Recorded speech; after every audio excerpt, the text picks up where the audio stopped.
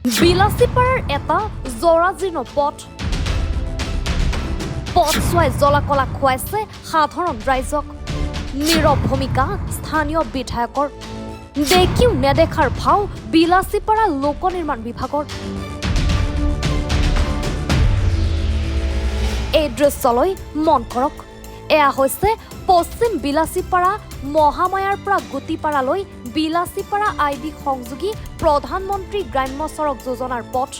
বিগত বানপানীয়ে RCC দলংখনৰ দুয়োমূৰৰ লগতে পথছোৱাৰ বিস্তৰ ক্ষতিসাধন কৰে। তেতিয়াৰে পৰা সৰ্বসাধাৰণ ৰাইজে যাতায়াতৰ নামত জমৰ যাতনা ভুগি আহিছে। স্থানীয় ৰাইজে বাৰংবাৰ বিলাসীপাৰা লোক নিৰ্মাণ বিভাগ আৰু বিধায়ক হাফিজ বাছিৰ আহমেদ কাছিমিক পথছোৱা মেৰামতিৰ দাবী উত্থাপন কৰি আহিছে। যদিও বিধায়কৰ লগতে সংশ্লিষ্ট বিভাগে কোনো ধৰণৰ গুৰুত্ব আৰোপ নকৰাৰ অভিযোগ উত্থাপন কৰিছে একাংশই। ফলত এই বৃহত্তৰ অঞ্চলৰ স্কুলীয়া ছাত্ৰ ছাত্ৰী আৰু ৰাইজে জৰাজীৰ্ণ পথছোৱাৰে যাতায়াত কৰিবলগীয়া হৈছে। অতি শীঘ্ৰে বিভাগীয় কৰ্তৃপক্ষ আৰু স্থানীয় বিধায়কক পথছোৱা মেৰামতি কৰি দিবলৈ দাবী উত্থাপন কৰিছে একাংশ ৰাইজে। ইয়াত কি কম মানে ইয়াতে যেটো আমাৰ মহামায়াৰ পৰা বিলাসীপাৰা সংযোগী আমাৰ গুটিপাৰা মাজতে গুটিপাৰাৰ বহুত শিক্ষাখণ্ড ইয়াতে বিলাসীপাৰা শিক্ষাখণ্ড অন্তৰ্গত বহুত স্কুল প্ৰতিষ্ঠান আছে।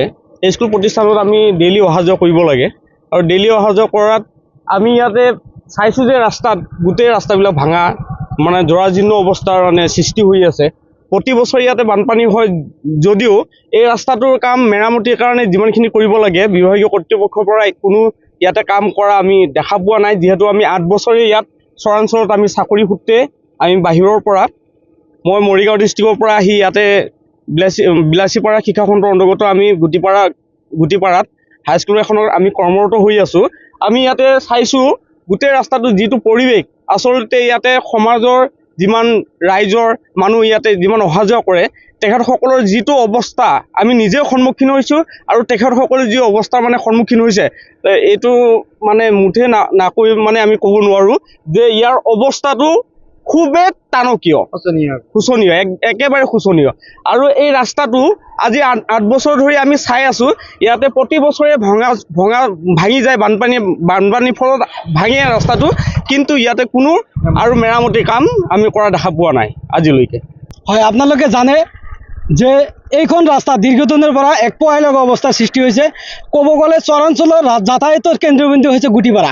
যিহেতু এইফালে বিশিংজৰুৱা নাইৰাগলা এইফালে মছলাপাৰা যিখিনি মানুহ আছে চৰাঞ্চলৰ বৃহত্তৰ চৰাঞ্চলৰ যাতায়াত কৰিবলৈ হ'লে এই গুটিপাৰাৰ মাজেদি যাতায়াত কৰিব লগা হয়। এইখন ৰাস্তা হৈছে গুটিপাৰা টু মহামায়া সংযোগী ৰাস্তা।